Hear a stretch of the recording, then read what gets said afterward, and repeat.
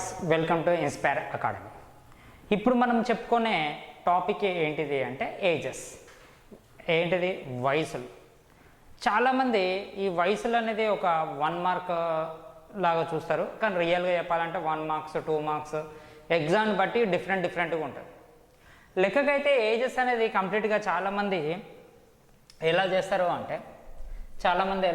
అంటే చూడండి, ఏ ప్రస్తుత వయసు టు ప్రస్తుత బీసీల ఏబీల యొక్క ప్రస్తుత వయసులో 2:3, 4 సంవత్సరాల తర్వాత వారి వయసుల నిష్పత్తి 5:7 అనుకుందాం.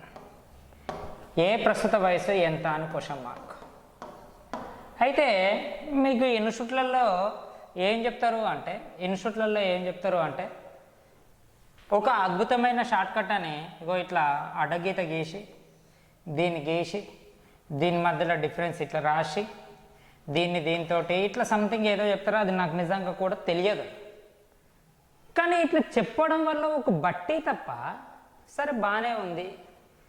క్వశ్చన్ ఒక మంగరగా అడిగేస్తే, డిఫరెంట్ వేలో అడిగేస్తే ఈ మెథడ్ పనికి వస్తుందా? ఇంకా కొంతమంది ఏం చేస్తారంటే 2x అనుకుంటారు, 4 సంవత్సరాల తర్వాత బై 4 ఇట్లా రాస్తారు, మళ్ళీ 3x అనుకుంటారు, +4 రాస్తారు, = 5/7 రాస్తారు. ఇట్లా రాసి క్రాస్ మల్టిప్లికేషన్ చేస్తారు. మీరు నిజంగా గమనిస్తే ఈ రెండు ఒకటే,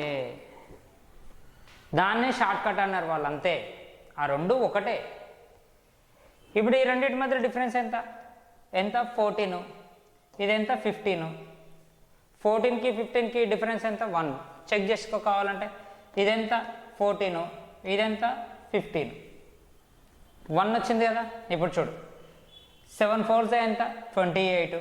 5 4s ఎంత? 20. 28కి 20కి డిఫరెన్స్ ఎంత? 8. సో ఈ డిఫరెన్స్ తోటి దాన్ని ఇంటూ చేయగో. 4 2s ఎంత? 8. అదే ఇక్కడ చిన్న షార్ట్ కట్ అని మిమ్మల్ని మోసం చేసుకుంటా అట్లా ఇట్లా చెప్పుకుంటూ ఉంటారు. ఈ రెండు ఒకటే రియల్గా చెప్పాలి అంటే. అసలు ఏజెస్ అంటే మీనింగ్ ఏందో చెప్తా చూడు. ఎందుకు ఈ టాపిక్ చెప్తానంటే, ఎప్పటికైనా రేషియో ప్రపోర్షన్ కంప్లీట్ కాగానే ఏజెస్ తర్వాత మనకి భాగస్వామ్యం, పార్ట్నర్షిప్ చేయాలి. ఇవి కంటిన్యూస్గా ఉంటే మీకు చాలా డెడ్ ఈజీ ఉంటుంది. అసలు ఏజెస్ అంటే ఏందో నీకు క్లారిటీ ఇస్తే చెప్పు. ప్రపంచంలో ఇప్పుడు ఎగ్జాంపుల్, మీరందరూ ఇక్కడ ఈ వీడియో చూస్తున్న అందరిని అడుగుతున్నాను. నేను అడిగినప్పుడు మీ ఏజ్ అనేది మీ మనసులో చెప్పండి. ఇప్పుడు నీ ఏజ్ ఎంత? ఒకరు 20, 21, 24, 25 చెప్తారు. ఆఫ్టర్ 5 years అంటే నీ ప్రజెంట్కి ఒక 5 years చెప్తారు. ఏగో అంటే క్రితం 5 years అంటే మైనస్ చేస్తారు, అంతే కదా. అంటే ఇప్పుడు నా ఏజ్ ప్రజెంట్ 35 సంవత్సరాలు. ఆఫ్టర్ 5 years తర్వాత ఎంత? 40. ఏగో 5 years అంటే ఎంత? 30.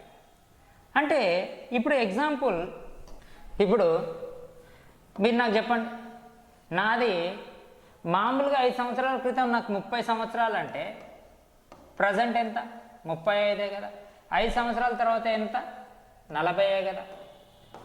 అంటే ఇప్పుడు 5 సంవత్సరాల తర్వాత నా ఏజ్ 40 అంటే ప్రజెంట్ 35 అని తెలిసిపోతుంది కదా. ఇంకొక 5 సంవత్సరాల క్రితము అంటే 30 అని తెలుస్తుంది కదా. అంటే ఏజెస్ యొక్క గొప్పతనం ఏంటంటే ఏ ఒక్కటి తెలిసినా మిగతా 3 తెలుస్తాయి, మిగతా 2 తెలుస్తాయి. అంటే పాస్ట్, ప్రజెంట్, ఫ్యూచర్. అంటే నీకు గతం తెలిస్తే ప్రజెంట్ తెలుస్తుంది, ప్రజెంట్ తెలిస్తే ఫ్యూచర్ తెలుస్తుంది, ఫ్యూచర్ తెలిస్తే ప్రజెంట్ తెలుస్తుంది, ప్రజెంట్ తెలిస్తే గతం తెలుస్తుంది, ప్రజెంట్ తెలిస్తే అన్నీ తెలిసిపోతాయి. అంటే ఏజెస్లో ఏదో ఒక ఏజ్ కనుక్కోవడానికి ప్రయత్నించాలి మనం ఫస్ట్. అది ప్రజెంట్ కావచ్చు, పాస్ట్ కావచ్చు, ఫ్యూచర్ కావచ్చు, ఏదో ఒక ఏజ్. నిజమా కాదా? బి ప్రాక్టికల్గా నాకు ఏదో ఒక ఏజ్ తెలిసిందనుకో. నాకు 5 సంవత్సరాల క్రితం నా ఏజ్ 30 సంవత్సరాలు అనుకుందాం. 7 సంవత్సరాల తర్వాత ఎంత అంటావు? 37 అంటావు. అంటే ఈ ప్రజెంట్ ఎంత అన్నట్టు? 35 అన్నట్టు. ఇది ఎప్పుడుది? 2 సంవత్సరాల తర్వాత. అంటే ఏ ఒక్కటి తెలిసినా నీకు ఏదో ఒకటి తెలుస్తుంది, అవునా కదా. దీంట్లో పెద్దగా నువ్వు ఆలోచించాల్సిన అవసరమే లేదు. బి ప్రాక్టికల్ అనమాట. అంటే మూడిట్లో ఏదో ఒకటి తెలుసుకోవడానికి ప్రయత్నించాలి. ఇది పాయింట్ నెంబర్ 1 అయిపోయింది. క్లియర్. మీకు ఆల్రెడీ రేషియో గురించి చెప్పిన ఏమని చెప్పిన 2:3 అంట. అంటే 2 అంటే ఏంటి? 2 పార్ట్స్ అంటే అర్థమైంది 2 టేబుల్, 3 పార్ట్స్ అంటే అర్థమైంది 3 టేబుల్. అంటే ఏ యొక్క ఏజ్ 2 టేబుల్తో పోవాలి, బి యొక్క ఏజ్ 3 టేబుల్తో పోవాలి. ఇద్దరు ఏజ్ కలిపితే ఏ టేబుల్లో పోవాలి? 5 టేబుల్లో పోవాలి. ఇది పాయింట్ నెంబర్ 2. అవునా కదా? సేమ్ రేషియో ప్రొపోర్షన్ లాగా ఇది ఒక పాయింట్ క్లియర్. ఇప్పుడు మూడో పాయింట్ చూద్దాం. థర్డ్ పాయింట్ ఏంటంటే ఇప్పుడు ఎగ్జాంపుల్, ఒకటి ఏజ్ 20 సంవత్సరాలు ఉంది, వాళ్ళ అన్న ఏజ్ 25 సంవత్సరాలు. బాగా గుర్తుపెట్టుకోండి. 5 సంవత్సరాల తర్వాత ఎంత అవుతుంది? 25. 5 సంవత్సరాల తర్వాత ఎంత అవుతుంది? 30. 10 సంవత్సరాల తర్వాత ఎంత అవుతుంది? 35. 10 సంవత్సరాల తర్వాత ఎంత అవుతుంది? 40. అంటే ఎప్పుడైనా వీళ్ళిద్దరి మధ్యలో ఏజ్ గ్యాప్ ఒక్కసారి ఏజ్ గ్యాప్ క్రియేట్ అయితే, ఒక్కసారి ఇద్దరు వ్యక్తుల మధ్యలో ఏజ్ గ్యాప్ క్రియేట్ అయితే జీవితాంతం వాళ్ళ ఏజ్ గ్యాప్ సేమ్ ఉండాలి. ఇప్పుడు నాకు మా అన్నకి ఏ ఏజ్ గ్యాప్ అయితే ఉందో జీవితాంతం అదే గ్యాప్ ఉంటుంది భూమి ఉన్నంత కాలం. ఇద్దరు వ్యక్తుల మధ్యలో ఒక గ్యాప్ క్రియేట్ అయితే లైఫ్ లాంగ్ అట్లనే ఉంటుంది. ఇది పాయింట్ నెంబర్ 3. అంటే గ్యాప్ ఎప్పటికైనా, క్రితమైనా, పాస్ట్ అయినా, ఫ్యూచర్ అయినా, ఇప్పుడు 5 సంవత్సరాల క్రితం అంటే ఎంత? 15. ఇక్కడ కూడా 5 సంవత్సరాల క్రితం తీసేయాలిగా 20. గ్యాప్ ఎంత? 5. అవునా కదా? ఇది పాయింట్ నెంబర్ 3. ఇది బాగా గుర్తుపెట్టుకోండి. పాయింట్ నెంబర్ 3 ఏంది? గ్యాప్స్ సేమ్ ఉండాలి, ఈక్వల్ ఉండాలి. ఓకేనా? పాయింట్ నెంబర్ 4 జాగ్రత్తగా చూడండి, చాలా చాలా ఇంపార్టెంట్. ఇప్పుడు ఒకటి వయసు 10 సంవత్సరాలు, ఇంకొకటి వయసు ఎన్ని సంవత్సరాలు? 40 సంవత్సరాలు. గ్యాప్ 30. ఎన్ని టైమ్స్ ఉంది? 4 టైమ్స్ ఉంది.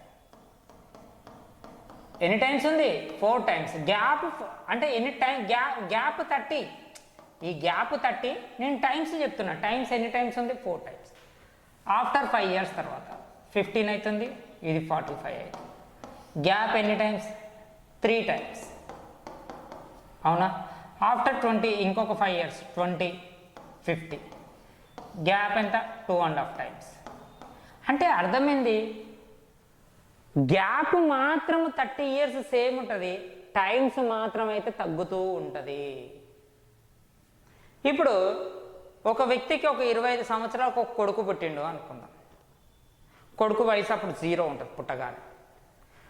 కొడుకుకు 1 సంవత్సరం వచ్చిన తర్వాత తండ్రికి 26 సంవత్సరాలు వస్తుంది. అవునా కదా? ఎన్ని టైమ్స్? 26 టైమ్స్ ఎక్కువ ఉంది. 26 టైమ్స్ ఉంది కొడుకుకి. కొడుకుకు 2 సంవత్సరాలు వచ్చిన తర్వాత తండ్రికి ఎంత? 27 అవుతుంది. ఇప్పుడు ఎంత టైమ్స్ అయింది? 30.5 టైమ్స్ అయింది. అంటే ఏజ్ పెరుగుతున్న కొద్ది టైమ్స్ ఏమవుతాయి? తగ్గుతూ ఉంటాయి. టైమ్స్ గుర్తుపెడుతున్నా, రెట్లు అంటారు కదా, 26 రెట్లు, 13.5 రెట్లు, అవి తగ్గుతూ ఉంటాయి. గ్యాప్ మాత్రం సేమ్ ఉంటుంది. ఇద్దరి మధ్యలో గ్యాప్ 25 ఇయర్స్ ఎప్పటికీ సేమ్ ఉంటుంది. 25 ఇయర్స్ అంటే ఇద్దరి మధ్యలో గ్యాప్ సేమ్ ఉంటుంది. ఏజ్ పెరిగినా తగ్గినా గ్యాప్ సేమ్ ఉంటుంది. ఒకవేళ టైమ్స్ పెరుగుతున్నా కొద్దీ టైమ్స్ తగ్గుతూ ఉంటాయి. ఇది గుర్తుపెట్టుకోవాలి. ఇదే ఏజెస్లో ఫస్ట్ పాయింట్ ఏంది? మనకి ఎప్పుడైతే పాస్ట్ కానీ, ఫ్యూచర్ కానీ, ప్రజెంట్ కానీ ఏది తెలిసినా 3 తెలుసుకోవచ్చు, మిగతా 2 తెలుసుకోవచ్చు. తర్వాత రేషియో ప్రపోర్షన్స్ ఏ విధంగా అయితే మనం రేషియో చేసినామో, పార్ట్స్ అంటే ఏంటిది? టేబుల్స్. అదొక పాయింట్. మూడో పాయింట్ ఏంటంటే గ్యాప్ సేమ్ ఉండాలి, ఇద్దరు వ్యక్తుల మధ్యలో గ్యాప్ సేమ్ ఉండాలి. నాలుగో పాయింట్ ఏంటంటే ఏజ్ పెరుగుతున్న కొద్ది టైమ్స్ అనేది తగ్గుతూ ఉంటాయి. ఈ 4 పాయింట్లతోటి మనం అది అసలు ఏజెస్ కంప్లీట్గా చేసేయచ్చు. ఇప్పుడు ఒక 50 to 60 క్వశ్చన్స్ బేసిక్ లెవెల్లో ఉంటాయి, తర్వాత మనకి హై లెవెల్కి వెళ్ళిపోతాయి. ఓకేనా? మనం క్వశ్చన్స్కి వెళ్ళిపోదాం. ఓకే, ఇద్దరు వ్యక్తుల యొక్క వయసుల నిష్పత్తి 4:7. ఇద్దరు వ్యక్తుల యొక్క వయసుల నిష్పత్తి ఎంత అంటమ్మా? 4:7. ఇద్దరు వ్యక్తుల యొక్క వయసుల నిష్పత్తి ఎంత? 4:7. వారిలో ఒకరి వయసు మరొకరి వయసు కంటే 30 సంవత్సరాలు అధికం అంట. అయినా వారి వయసులో మొత్తము ఎంత అని క్వశ్చన్. అయినా వారి వయసులో మొత్తము ఎంత అని క్వశ్చన్ వేసి మీరు ఇక్కడ ఒకసారి అబ్జర్వ్ చేస్తే వారి వయసులో మొత్తము అంటే ఇది 4:7 కదా, అంటే ఏని 4 పార్ట్లు చేసిండు, బిని 7 పార్ట్లు చేసిండు. మొత్తము అన్నాడు, మొత్తము అంటే ఎన్ని పార్ట్స్? 11 పార్ట్స్. అంటే ఖచ్చితంగా వారి ఇద్దరు వయసులో మొత్తం 11 టేబుల్తో పోయి ఉండాలి. వారి ఇద్దరు వయసులో 11 టేబుల్తో పోయేది ఒకటి ఉంది, అది ఏంటిది? ఆన్సర్ 110. ఒకటే ఉంటే ఆన్సర్ అట్లా పెట్టి రావాలి, లేదు అంటే 2 ఉంటే ఎట్లా చేయాలో చూద్దాం. డిఫరెన్స్ ఎంత ఉందమ్మా? 3 పార్ట్స్. ఈ 3 పార్ట్స్ వాల్యూ ఎంత అంట? 30 ఇయర్స్ అంట. మళ్ళీ 3 పార్ట్స్ 30 ఇయర్స్ అయితే 11 పార్ట్స్ ఎంత అవుతుంది? 110 ఇయర్స్ అవుతుంది. ఈ విధంగా చేసుకోవాలి. ఓకేనా? రైట్. నెక్స్ట్ క్వశ్చన్ చూద్దాం ఒకసారి. రైట్. సుభాష్, ప్రసాద్ మరియు అమర్ల యొక్క వయసుల నిష్పత్తి 3:6:7.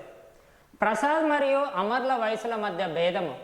ప్రసాద్ మరియు అమర్ల వయసుల మధ్య భేదము. ప్రసాద్ మరియు అమర్ల వయసుల మధ్య భేదము 10 సంవత్సరాలైనా సుభాష్ మరియు ప్రసాద్ అంటే సుభాష్ మరియు ప్రసాద్ల వయసుల మధ్య భేదము ఎంత?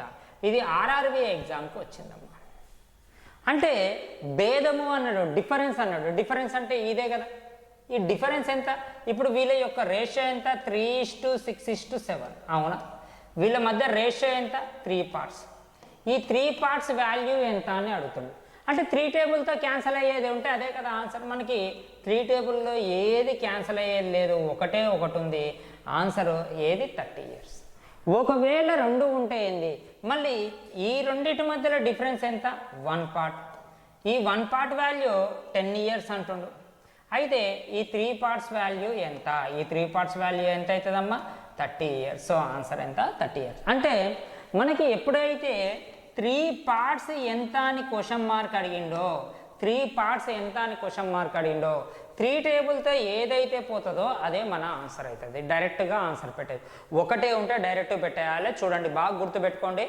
ఏజెస్ 1 మార్క్ క్వశ్చన్ అసలు 1 మార్క్ సాలిడ్గా చేయొచ్చు. అసలు ఇట్లా కళ్ళు మూసుకొని కళ్ళు చేసే వరకు అక్కడ చేసేయచ్చు లెక్క చదివిన తర్వాత. ఇంకోటి ఏంటంటే ఎస్ఐకి అయితే ఒక 3 క్వశ్చన్లు వచ్చేదాకా అవకాశం ఉంటుంది. రైట్. నెక్స్ట్ క్వశ్చన్ చూద్దాం. ఇక్కడ అరుణ్, దీపక్ల వయసుల నిష్పత్తి 4:3. 6 సంవత్సరాల తర్వాత అరుణ్ వయసు 26 సంవత్సరాలు అవుతుంది. దీపక్ ప్రస్తుత వయసు ఎంత అని క్వశ్చన్ వేసినాము. ఇక్కడ క్వశ్చన్ ఏమంటుందంటే దీపక్ ప్రస్తుత వయసు ఎంత అని క్వశ్చన్ వేసాను. ఇది ఎప్పుడు వచ్చిందమ్మా?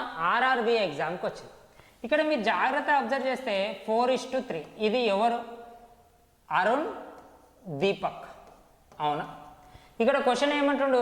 దీపక్ 6 సంవత్సరాల తర్వాత అరుణ్ వయసు ఎంత అంట? 26 సంవత్సరాలు అవుతుంది.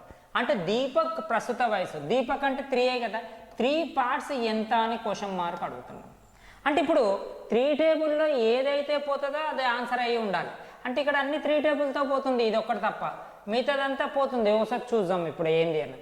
మళ్ళీ ఈ 4 ఇది ఎప్పుడు? ఈ రేషియో ఎప్పుడుది? ప్రజెంట్ది. ఈ రేషియో ఎప్పుడుది? ప్రజెంట్ది.